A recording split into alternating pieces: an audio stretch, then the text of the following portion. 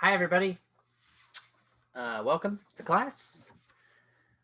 Go ahead and get this show on the road. Another very exciting class for you, talking about ORMs today. But before we do that, just a couple of quick reminders. I know I've said this before. I'm probably going to say it again. We're getting close to the end here, right? Not many class sessions left. So counting today, it looks like we've got 1, 2, 3, 4, 5 new.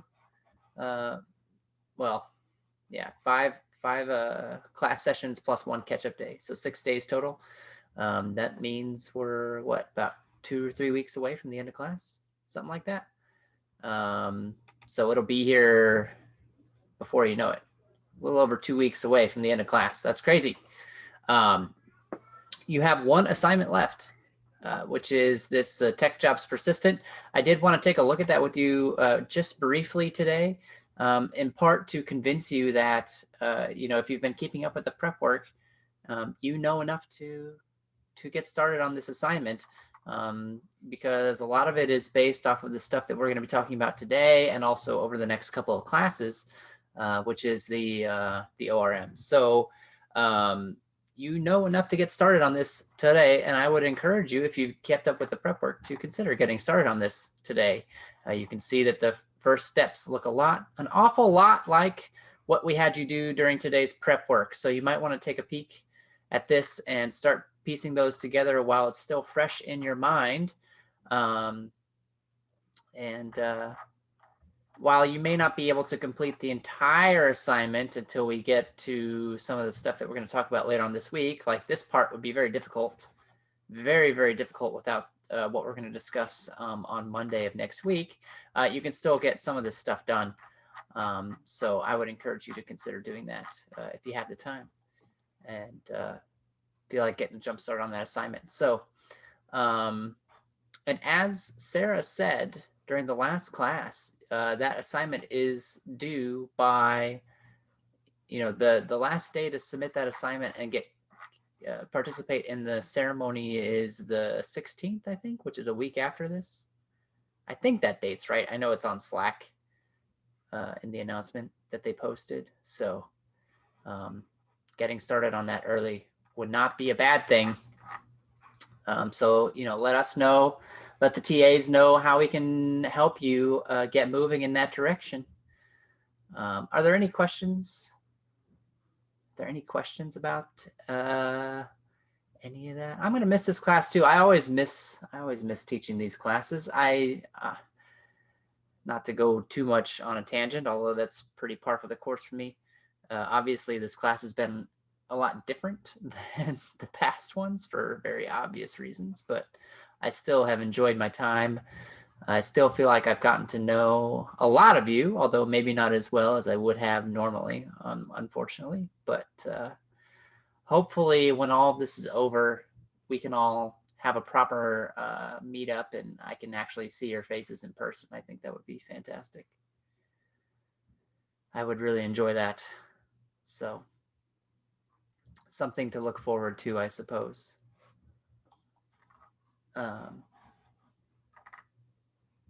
Yeah, any questions, any concerns about the remaining few days of class? If not, we'll go ahead and hop right into ORMs.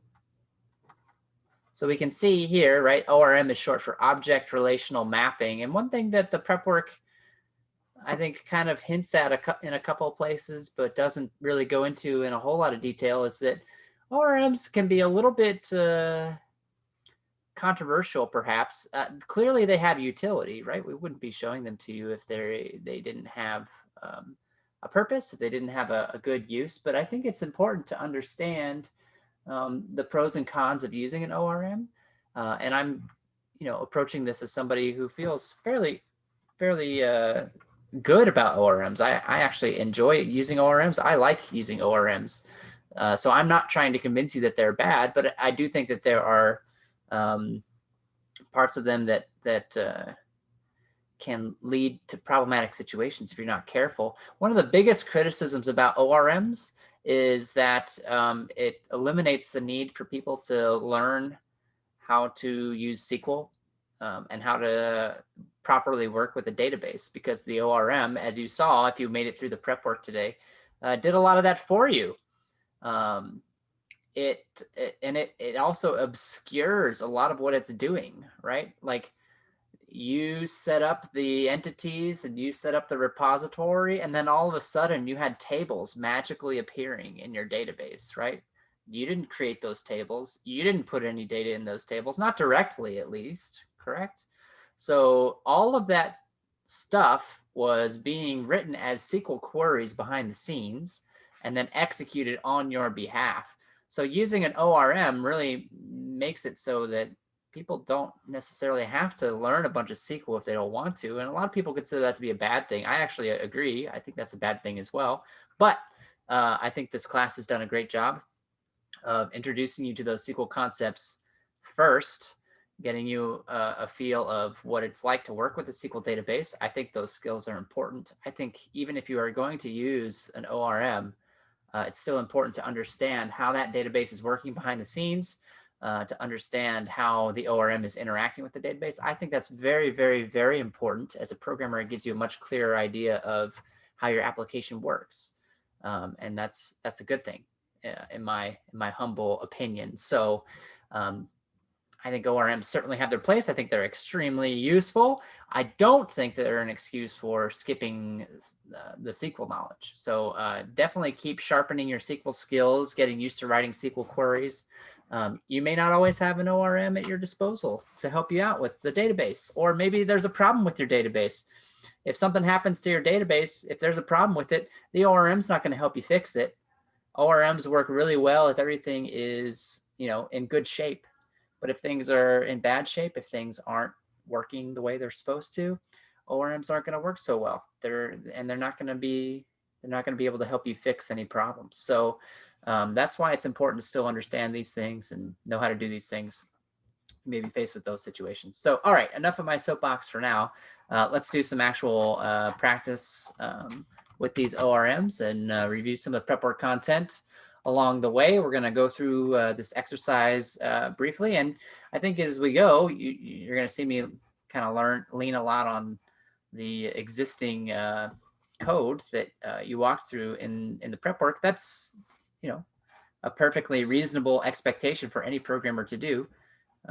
Rely on existing code and know what to change and what not to change. One thing that we don't have to do, right, is set up the database. So I've already got my database, my coding events database set up, and this is going to use the same coding events database, right? It's going to use the same one that you set up in the prep work. So we don't need to go through the process of setting up a new schema. We don't need to go through the process of setting up a new user, but that's still important to discuss, right? One of the things that you needed to do to get today's prep work off the ground, there were a few things. You had to make a new schema, right? You had to make a new user. So here's the credentials that I used. It's a little bit different than what Chris used in the videos when he was creating the user to access the database. So that's usually something that's only necessary once per application.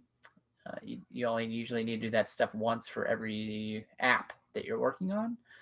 But you may end up creating lots of repositories. You may end up creating lots of entities. You may end up creating lots of tables in your database within a single app, even though you only have to do this one time. And then the other thing, what's the other thing that you needed to change in your Spring project in order to access the stuff that you needed to grab the database? Dependencies, good, yeah, dependencies. So in your Gradle file, your build.gradle file, you had to add a few dependencies, right? One for MySQL and one for Spring. Aliasing the username and password. Okay, yeah. If we have time, we certainly can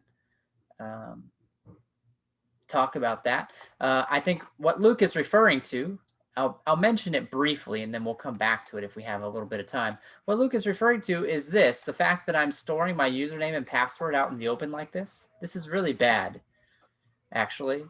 Now, for development purposes, it's not the worst thing in the world. This server only exists on my computer. So for you to be able to use this information against me, you would have to have access to my computer, which is in my house, right? So unless you have that access, this information is not very useful to you, right? But in real life, your database server isn't going to be on your computer in your house. It's going to be on a server somewhere, right? It's going to be publicly accessible by lots of people, perhaps all over the world. So having this information exposed like this is a huge security risk, a very, very huge security risk.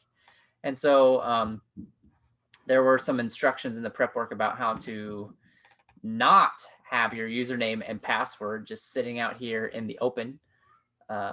Not only that, but you're probably going to be committing this code to your repository, right? This code is going to end up on GitHub, and anybody who goes to your repository on GitHub is going to be able to see this. So the instructions did provide, if I remember where that section is, I think it was just in the very first section here.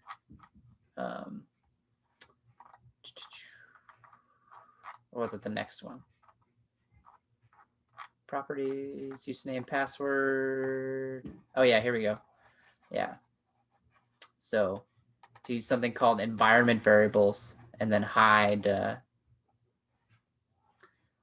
actual username and password, right? So if I have time, I'll leave this tab open to remind me to come back and talk about that a little bit later. But before that, let's dive in and see if we can tackle this exercise.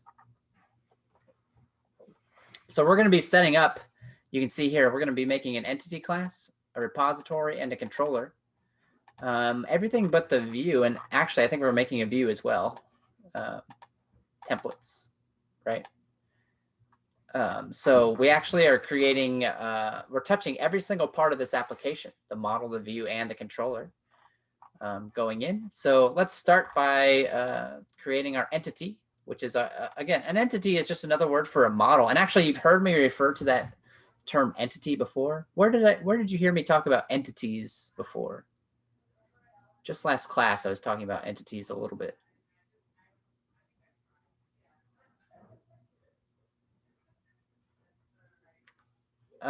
Leonardo, yes, this book is public. I mean, anybody can access this website.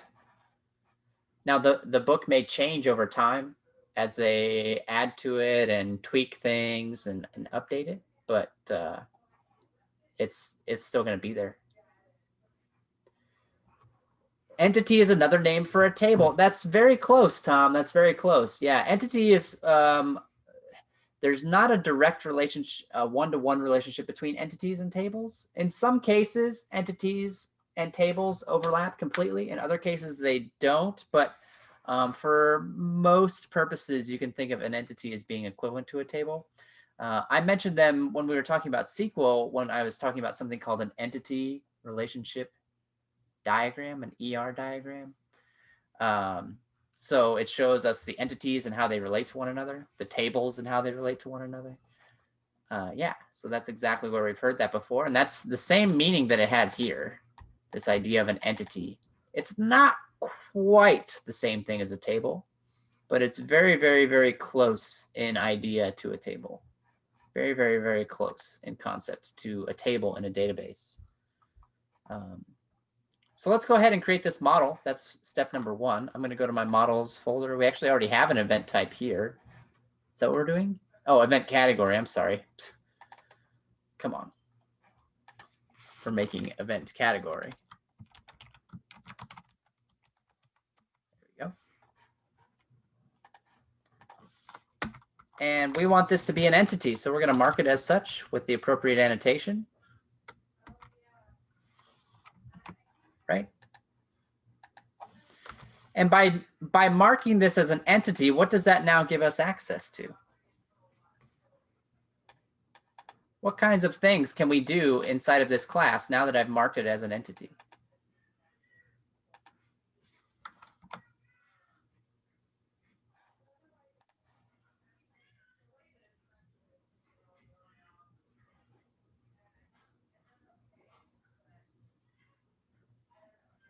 Any ideas?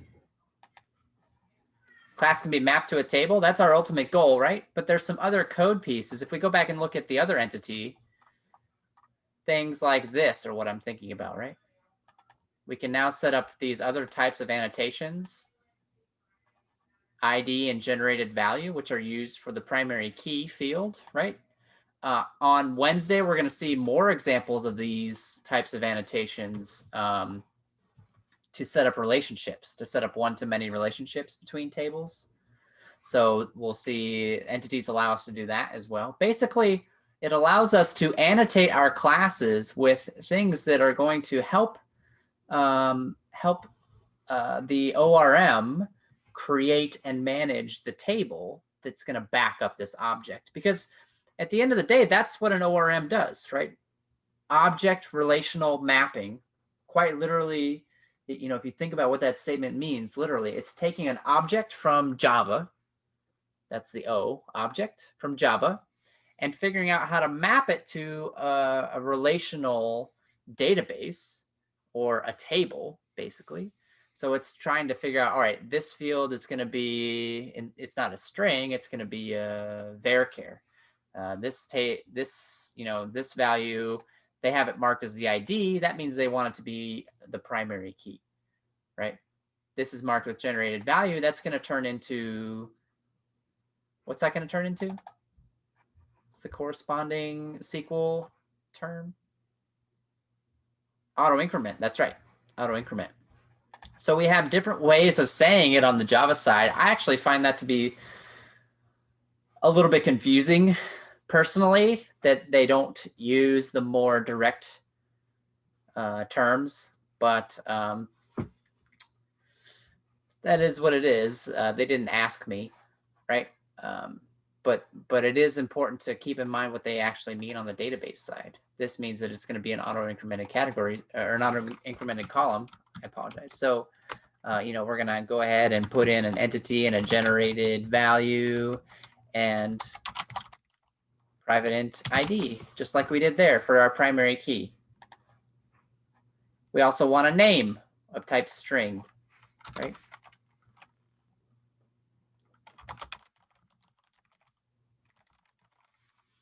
Do I need to mark any annotations on here?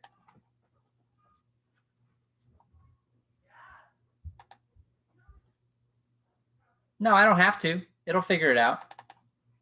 It'll figure it out. It's going to look at the type and say, okay, this must be a varchar, right? The other thing that we need are a constructor. How many constructors do we need? 2, yeah. Al, you're like reading my mind today. It's great. How do you get the import to work so flawlessly? I'm not sure. I mean, I use the annotation and it automatically imported the right one. If it doesn't do that, you should still be able to right click the annotation and tell it to import. Or the other thing is you can hover over, if it's red, right, you can hover over it and hit Alt Enter, and that should generate the import for you. I haven't typed out an import by hand in years. Oh, really? You did? Sounds like many people are having problems with this.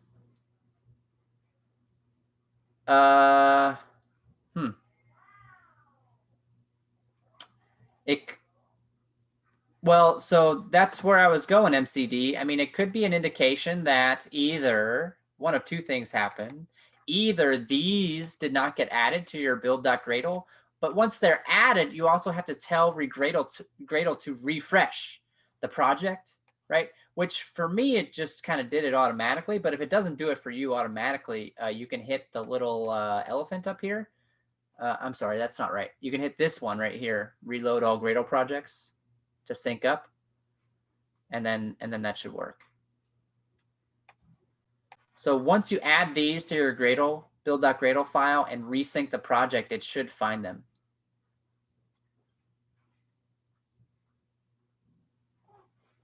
Well, the Gradle version is a ongoing issue, I think, with all of these Gradle projects. They use an older version of Gradle that has been disagreeable. But yes. No need to be embarrassed. Hey, if you're gonna get embarrassed by a computer doing something weird, you're in the wrong field, honestly. Computers are gonna do weird stuff to you. If I can sit up here in front of 100 people a couple times a week and fumble my way around the computer, then you can totally do this. You can totally you shouldn't feel embarrassed. It's part of programming. It's part of interacting with computers. Awesome. Yeah, dropping some good knowledge.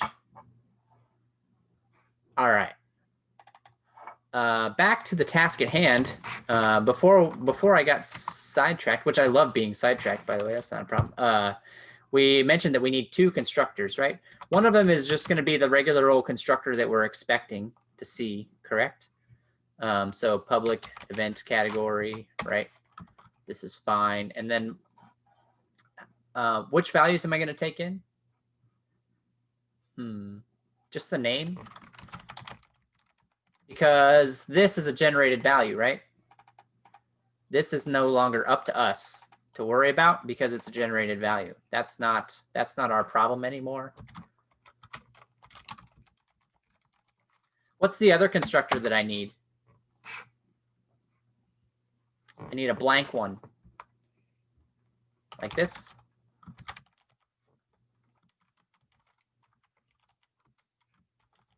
Nothing. Why? Why is this here?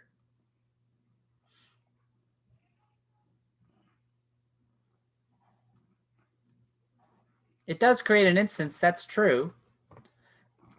But who's using it? Are we using it?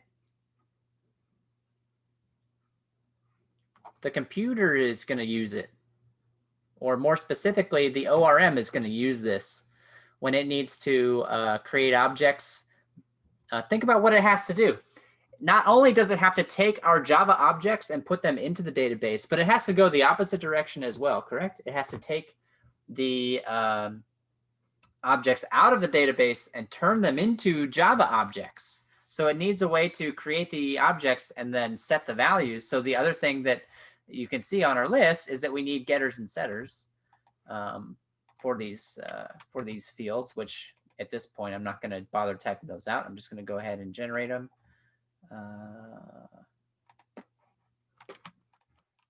Okay.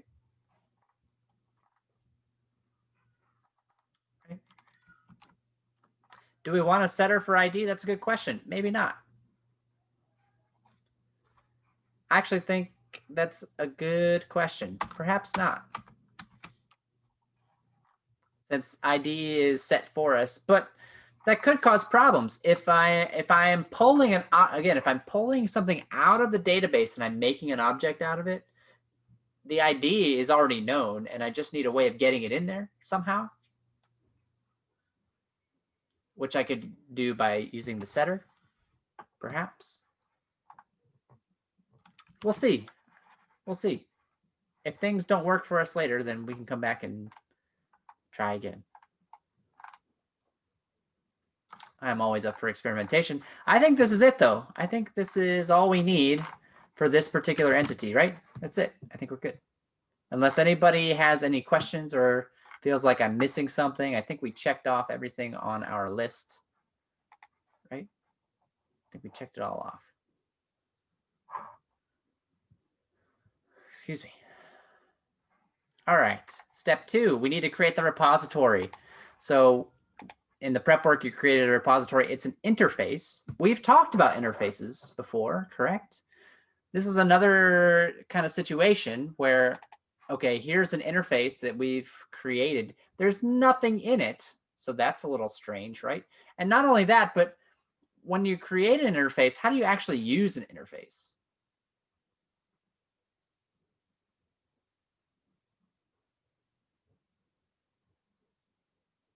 Not extend. You're close. Implement. Yes, it's implement. We have to implement the interface.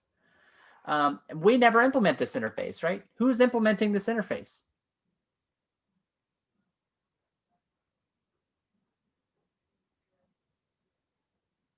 Who is implementing this interface? We're not implementing this interface. That's right. The answer to that question and a lot of other questions that I'm going to ask you today is the ORM. The ORM is implementing this interface behind the scenes. That is exactly right. That is exactly right. Yep. So we're going to make another one for the event category repository. And as I was kind of mentioning before, right, I think that's in some sense kind of a bad thing, excuse me, that we don't get to see how this stuff is actually used. The ORM is doing a lot of work for us behind the scenes, and we don't actually get to see any of it. From our perspective, it almost seems like magic, right? We put the magic words in the right places, and then all of a sudden these objects appear and we can use them. It can be a little bit confusing. It can be a little bit jarring. So this interface is actually, this is interesting as well, right? I'm using extends here. This interface is inheriting from another, from another interface called CRUD repository, right? What's CRUD?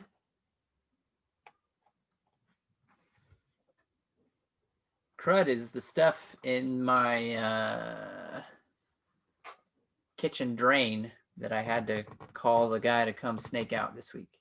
No, CRUD is create, read, update, delete. So we're creating a repository that's going to let us do those operations, create, read, update, delete. We've actually seen how to do those in SQL as well, right? That's what we spent a lot of time talking about. And then we have to provide the types here as well. What kind of repository is this? Where the first value is what? Inside of these angle brackets. In this case, it's event category. In general, it's going to be the type of thing that's being stored in the database. What is the type of thing that's being stored in the database? And what's the second value represent? It's going to be an integer. Why? What does it represent? The primary key.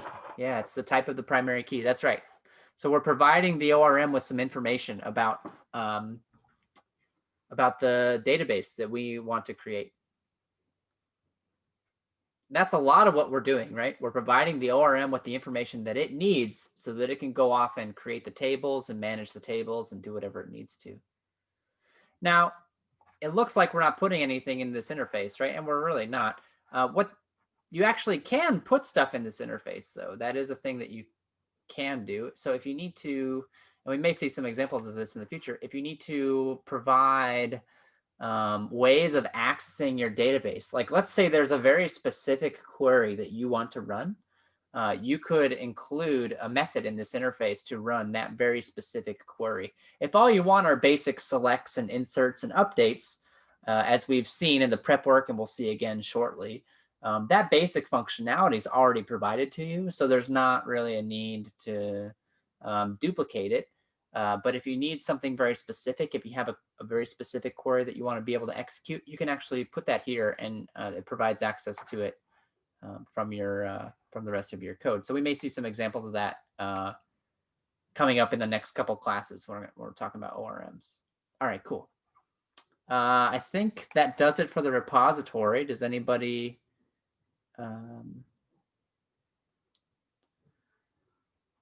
Wait, hang on. Is this right? Event category repository will extend event category? That doesn't sound right to me. Am I reading that right? Am I spacing out on something?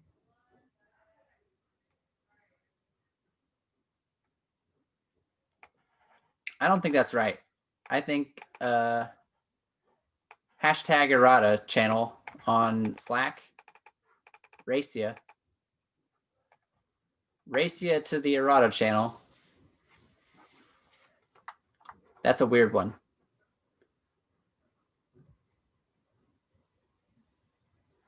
Anyhow, let's go ahead and make our controller for event categories. So here we go. We've done this before. This is now going way back to the beginning of when we started talking about Spring. And this is also a great example of just, having many different controllers within the same app, right? So we'll mark it as a controller. They want the request param to be, request mapping. To map to event categories.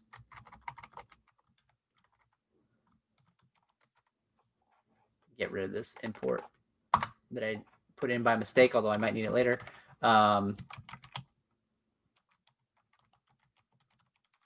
Okay. And now we need 3 handlers. Oh, but before we do that, we need access to our repository, right?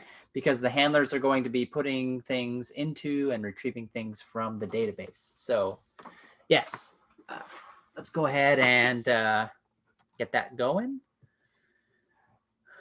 We can always take a peek at how we did it in the past. Here we go. I see this is an access to the repository, and it's got this auto-wired annotation up top. What's that auto-wired annotation do for us?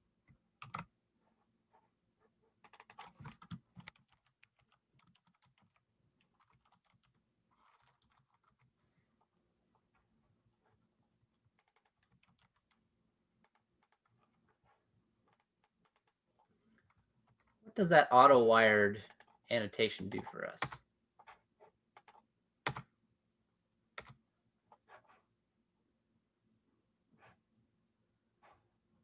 Well, so if you ever connects the data, let me go back to the event controller, right? We see that we have this private event repository here.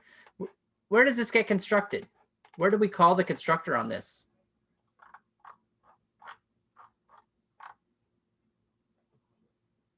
Where do we create an instance of this? Because this is just a declaration, right? We never actually say equals new such and such, right? That never happened. We never called a constructor. We never created a new instance to go into this. We never set this equal to anything. We never say event repository equals, right? That never happens anywhere in this code. That never happens, right? Yet we still use event repository all over the place, and it works. Why? Because this auto-wired annotation is a signal to Spring to say, go figure out how to make this object and set it up for me. Go figure out how to make that happen so that I don't have to do it. And if you hover over it, it actually kind of tells you that, although in much more verbose terms than what I use. But that's a good term to know, though. It uses this term dependency injection. That's a good term to know if you're looking for more advanced Java topics to research, more advanced Spring topics to research. Dependency injection is a good one. Bean injection, yeah, is a similar idea. A bean in this case, I mean, event category is an example of a bean. Any class that just stores data, it doesn't actually do anything, it just stores data. We call that a bean.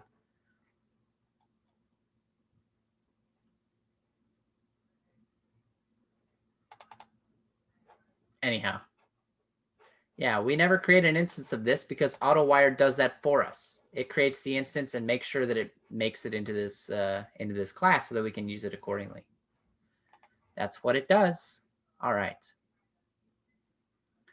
We need 3 handlers: display all events, render, create event category, process create event category, right?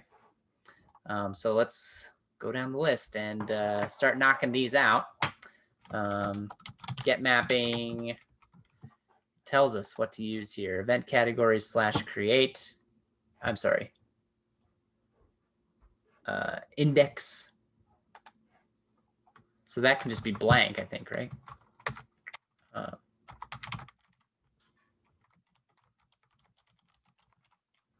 Display, what do they call it? Display all events.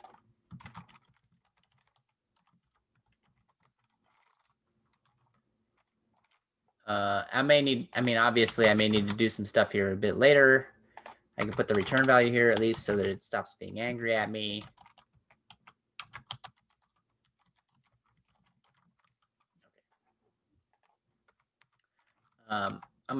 I'm just gonna set up the basic templates for these, and then we'll go back and make sure that they actually do what they are supposed to a bit later on.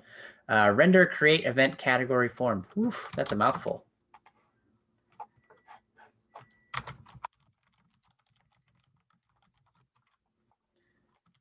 Get mapping of create.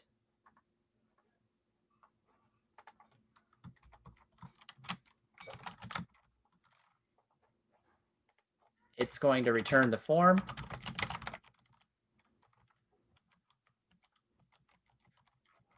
Whoops, I forgot my quotes.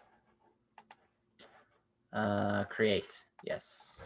Some quotes around there. Okay. And then the last one that it wants us to do is the post mapping. Have it sent to the same one, I guess. Doesn't really matter. Process create event category. There we go. Oh, it wants to do error validation. Okay, we'll talk about that a bit later. That's good review. And then, sure. Oops.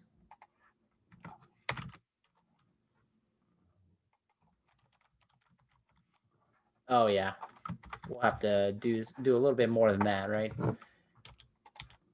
Okay. So I just created basic placeholders for these three. Let's go ahead and start to fill these in, make them do what we actually want them to do. So for this one, display all events, we probably want it to show a table. It actually shows us, yeah, right here, under templates. We want a table. And so if we want to create that template, we can actually probably come down here to this events table, right? And steal that. We're going to make a new directory for event categories. Is it capitalized or no? I did once capital and once not. I need to be consistent.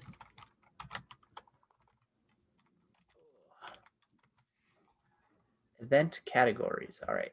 I use lowercase there. Yeah. Thanks, Al. Good catch. And I'll paste that in there and just modify the template. Because that'll be faster than me trying to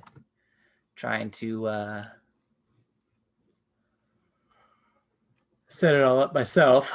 Excuse me. We just don't need these, right? Boop.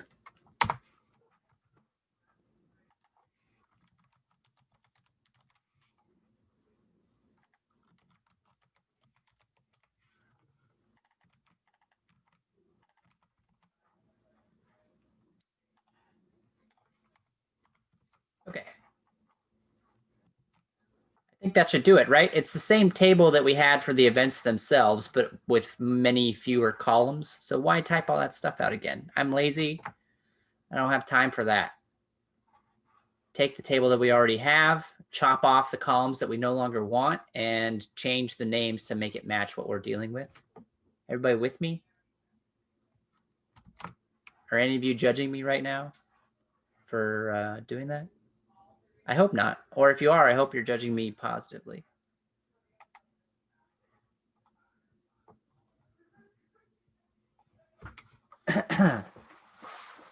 In fact, while we're on the topic, we could probably do something similar with the form. to create new categories. Whoops, that's not this class. We can take this creation form and do a similar idea, right? We really just need the name. We don't even need anything else. We just need the name, right? So all this stuff is going away. We just need the name. The only thing we might want to do is change this to like category instead of event. Right?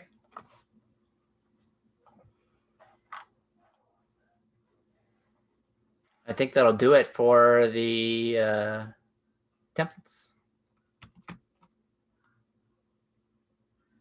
Okay, which is good because templates is probably my least favorite part of working on MVC applications. Not a fan of front end stuff. I like doing the controller and the models a lot more. So let's get back to that. Now we can go back to the controller. And what we want to do is we want to display all events where the events are now coming from our database. So I need to figure out how to access all of the events from my ORM. So how do I pull all of the event, not the all events, it's all event categories. Am I in the wrong controller? I just need to say all event categories. Did I type it wrong? It says display all events.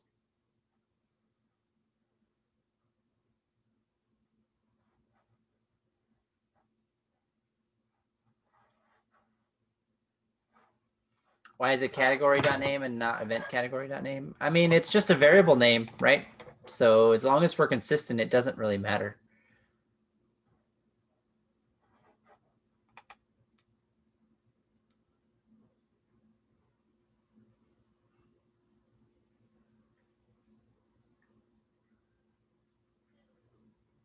So back to the task at hand, right? If I want to see all the event categories, I need to first retrieve all of the event categories from my database. How do I do that?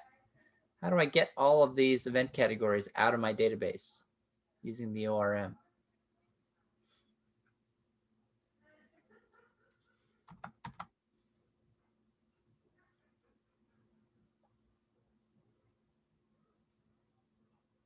Find all.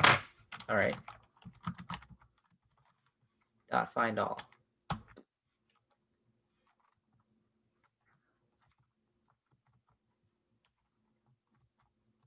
Yeah, we got to go through the repository. I know I was being intentionally.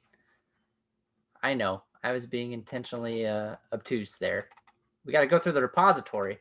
So what does this actually return to us? It's going to return to us, you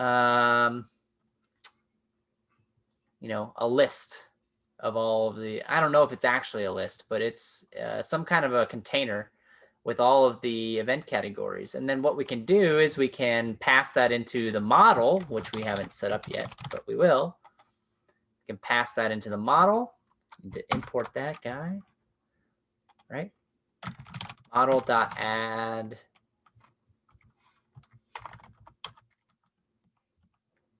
Oh, lowercase m. What am I doing? Model.add attribute. What did I call it in this template? Event categories. Okay.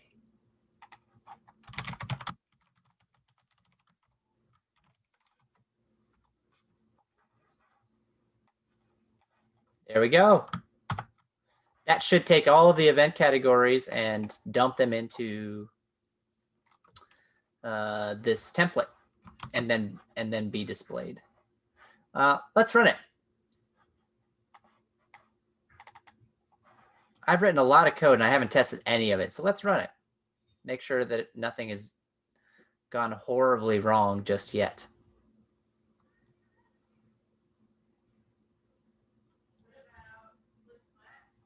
Okay.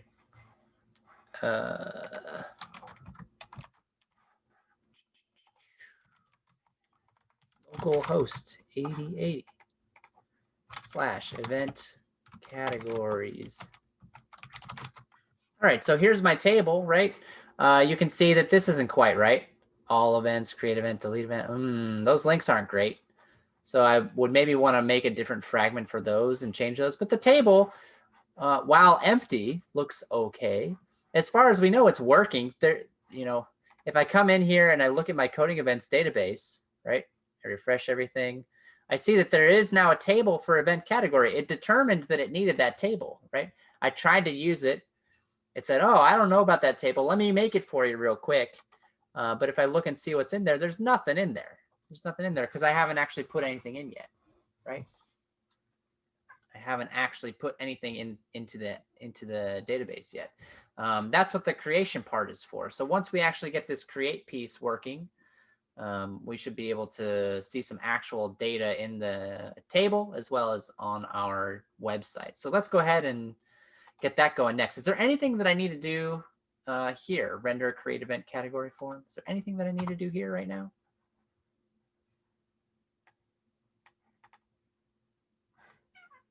I mean, I could go to this, right? I could go to create. Wait, what is it? It's not create. No, it should be create. Oh, did I need a slash there?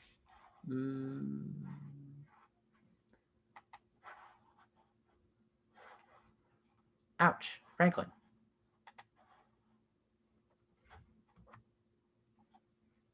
Capital C? Where? I need a capital C or I don't need it? Or I have a capital C that I don't need?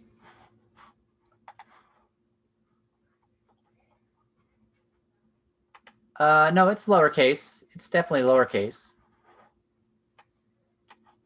It's all lowercase.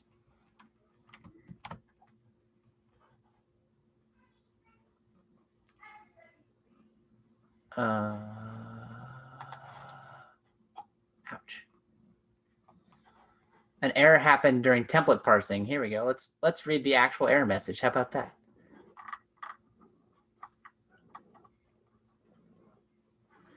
Line 11, markup parser, blah, blah, blah, blah, blah. Tell me what happened. Neither binding result nor plain target object for being named category available as request attribute. So that's a very complicated way of saying that inside of here, you told me that you were going to give me something called category, and you never did. Right? You never did.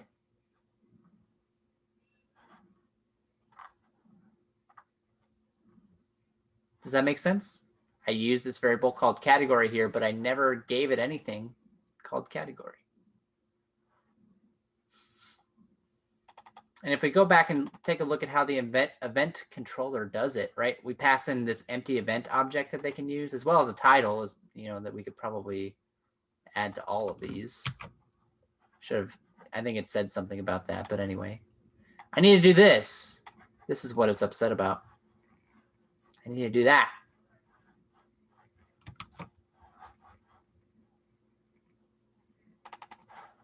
But with an event category. So I need a model.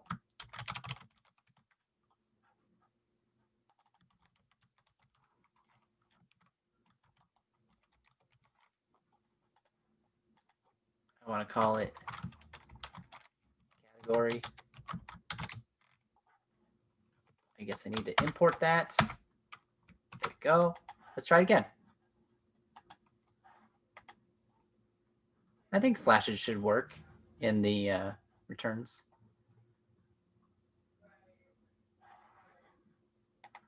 Okay. There we go. Much better. Much better.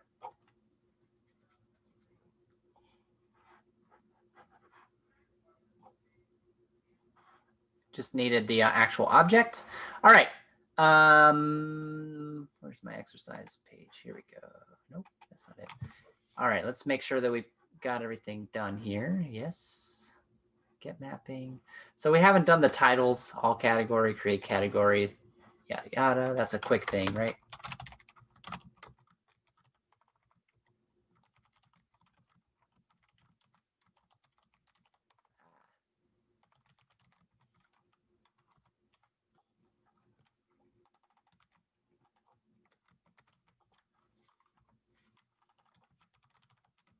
Perhaps more importantly, we need to talk about processing this form, right? We need to process the form.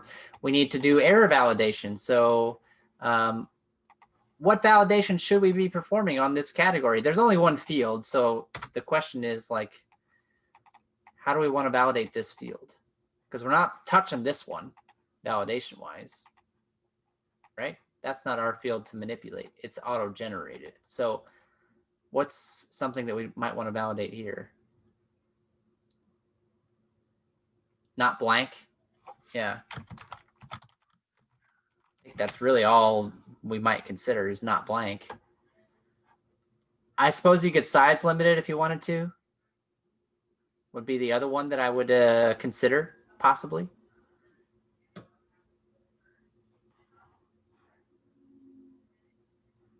But this is good. Let's go back to the controller. I need the model. Oh yeah, message. Thank you.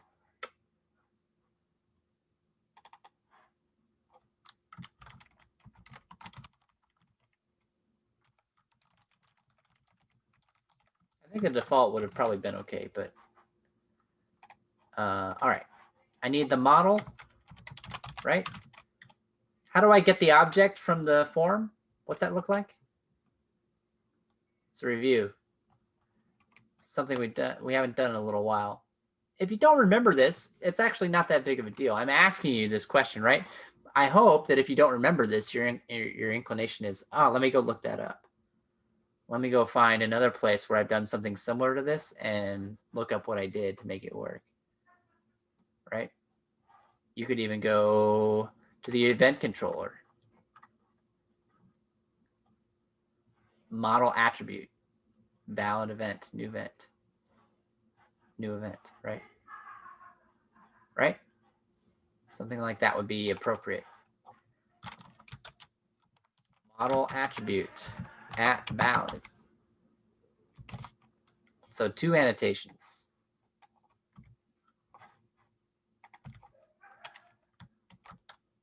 Event category. There we go. Import. And then we need errors afterwards, right?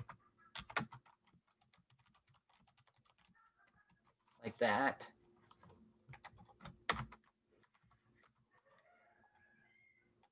Okay. And now this becomes a very simple check. If errors.has errors, then we need to go back, right? We need to do this. Otherwise, we're going to probably just go back to the table.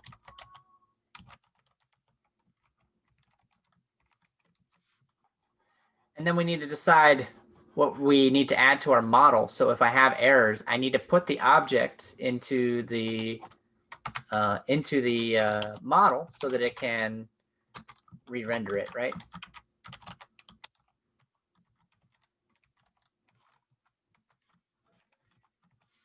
At what point do I know that it's okay to, I missed an E? At what point do I know that it's okay to, let me see if I can scrunch this out so we can actually see. Put stuff into the database. Line 45? Oh, I did miss an E. Thank you. At what point do I know it's okay to put this new object into the database? This is coming out of our form, right? This is all a review from a couple of weeks ago. This is coming out of our form. It's bound to our form, gets created for us on our behalf. I check to see if it has errors. If it does, I send you back. If it doesn't, then I want to put it into the database, right? After line 44. How do I put it into the database? Repository.save. There it is. New category. Bang. And then it becomes a permanent part of our database. I guess I need to set the title in both instances. And in this case, well, actually, so here, this is actually a little bit, I probably don't want to do this like this, right? What's a better way to accomplish this?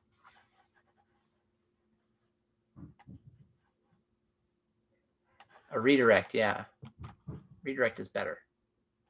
Why? Because if I say return this, I'm re-rendering it, which means that I have to set the model up with all of the attributes and everything like that. By using a redirect, I'm basically saying go call this handler and do that. So saying redirect colon, I think will do the trick.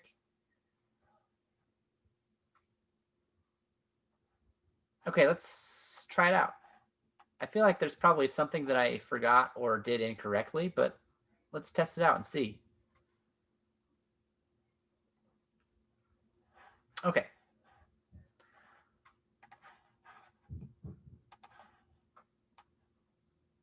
So I go here. There's still nothing. That's fine. I'll hit create up top. If I leave it blank, right, it should tell me, oops, there's one problem, right? It does send me back here, but it doesn't tell me that there was a problem. Where would I look to try and fix this? I'm expecting an error message and it's not giving me one. Where would I look?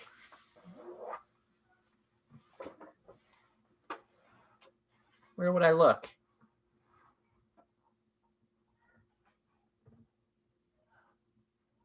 In the template. All right, let's go take a peek at the template. So here we go. I see that there is, right, a place for it, but it's just not showing up. If I look at the source that was actually created, I don't actually see any errors being shown, right?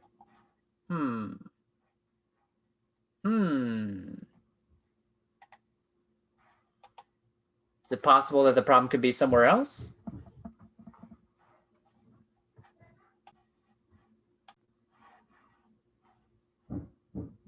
Let's go back and take a look at how we did it before.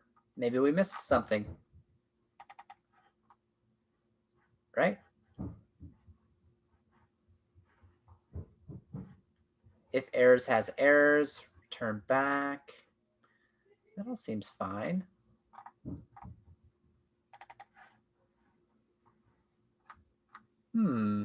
What am I missing? Now I'm a little bit confused. Now I am a little bit confused. Did I misspell something?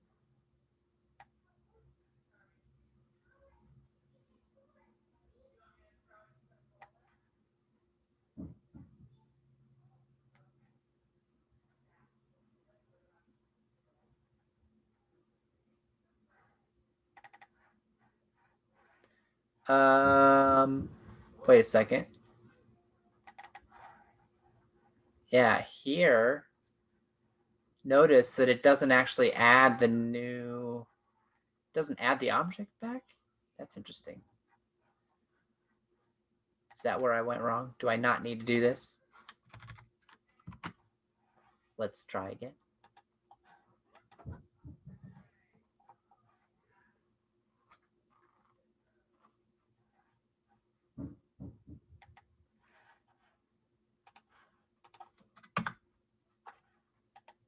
Oh, no, that gave me an error. Yeah, that gave me an error, which I kind of expected, right? It's the same error that we saw earlier where it says it doesn't know what category is. So I do need this, I think. But what's the problem?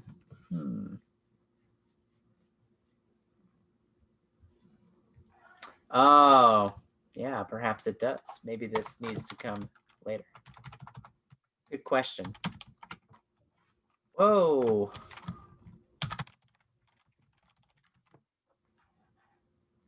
All right, let's give it a try. Yeah, the ordering of these definitely matters, right? And it wouldn't be the first time that I've screwed it up. So let's see. Well, so we're back to where we started, but still no problem. If I type something in, let's test the other one, I guess, and see if it works. Meetup, right? Great. All right, that worked. Meetup. All right. I don't know, lunch. Okay. So this appears to be somewhat functional, right? Gala. All right, cool. It's working. Let's go take a peek at our database. What's in event categories? There we go. Meetup Lunch Gala with the ID numbers. I don't know why it skipped one. Actually, I might maybe kind of do. I don't know.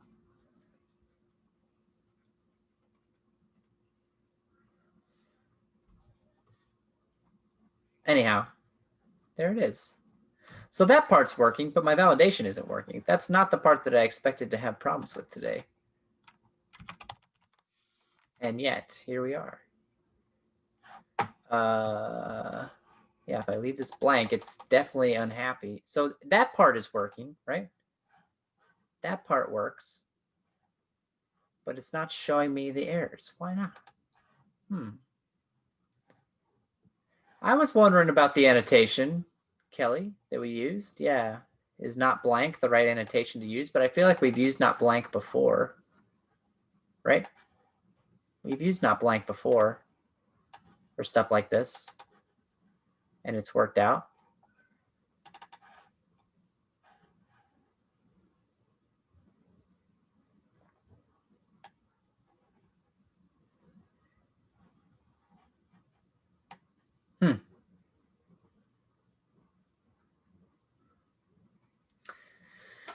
Yeah, I was wondering about that too, Will.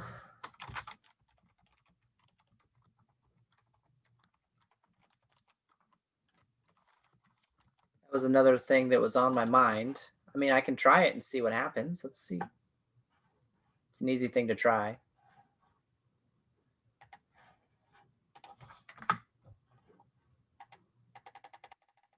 Still no luck. Yeah, and we also didn't need to in event controller. I agree. That's also confusing. So if I do this and hit create, it says, yeah, name is required, email is required. So that's working, right? That's working. But if I look at the event controller compared to this one, what's the difference?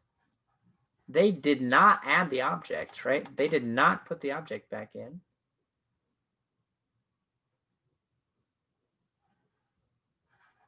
Did I use the... Well, I haven't had a problem with using the repository. That's not my issue, I don't think.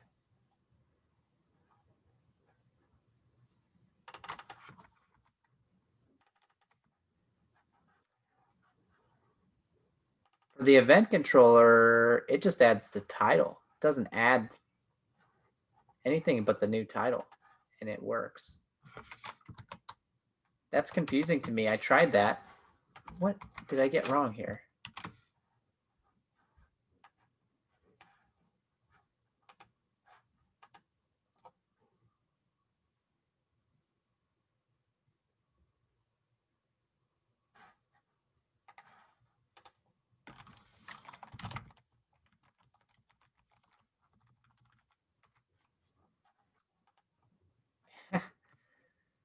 What did I do wrong here? Stumped myself.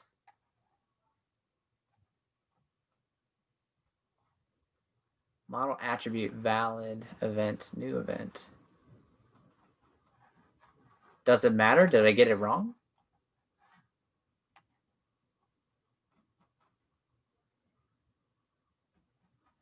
I mean, this looks to me exactly like this, but with an event category instead of an event. Correct? So what the heck am I missing? Is the problem with the template? I guess it could be.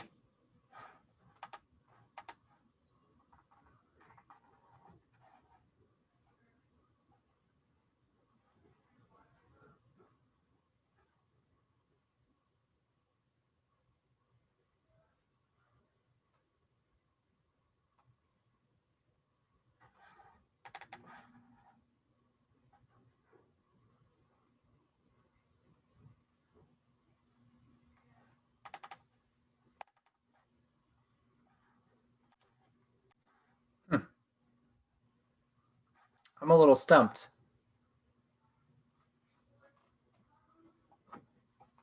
I don't see any typos. Looks fine to me.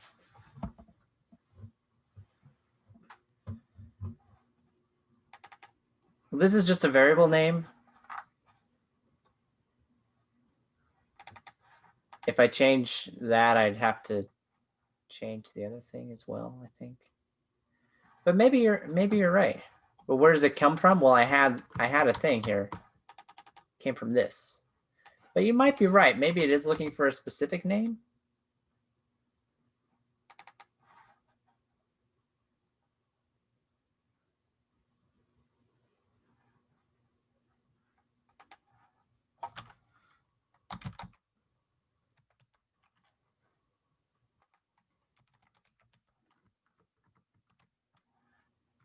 I can't imagine that would do it, but I'm willing to give it a try. I really don't think that's it, but if I'm wrong, then I certainly wouldn't be unhappy about that.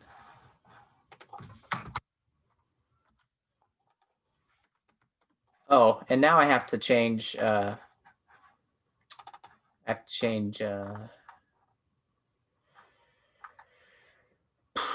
this.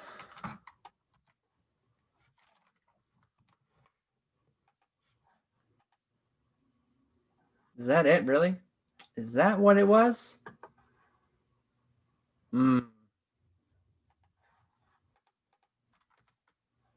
What? Come on. Event category. Would it be capitalized?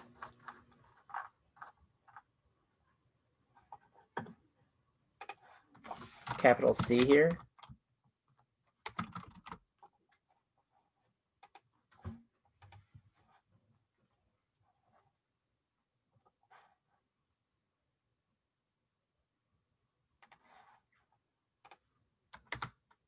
Okay.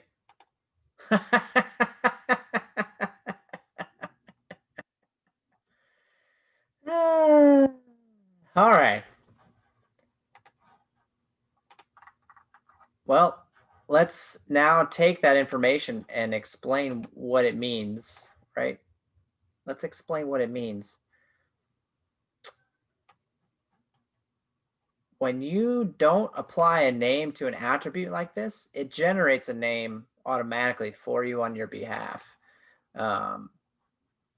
So I didn't tell it what to call this object, but since I didn't tell it that, in the template, we knew it could be referred to as this. That's the name that it would use, right? And that object now apparently is bound to that name, this specific name. So earlier, I called this something else, right?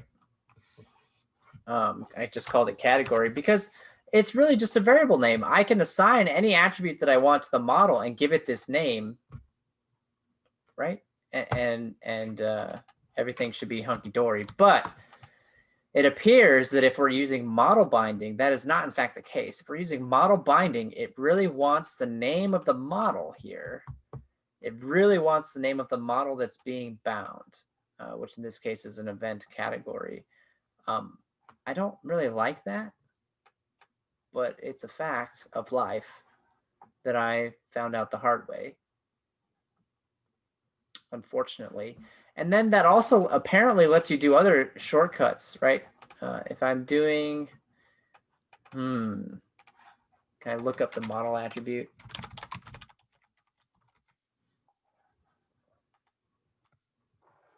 Because this is what really does binding, right?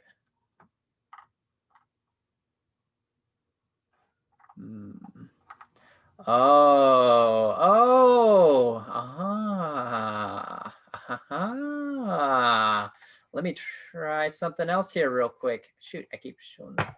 So it looks like I can specify what it's called. So if I said category here, would that have worked? I wonder if I could have changed the name as long as I told it that information. Oh.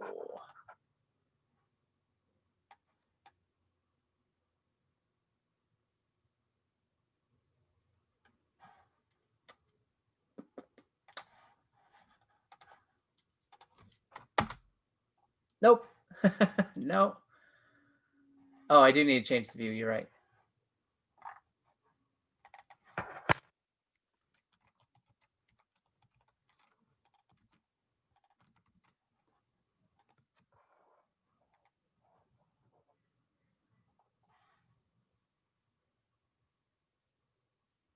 Okay, let's try that again. Hey, look at that. So you can use whatever variable name type you want here, but if you don't use the default name, which is the same as the type, then you need to specify that information on the model attribute annotation. There we go. We learned a thing.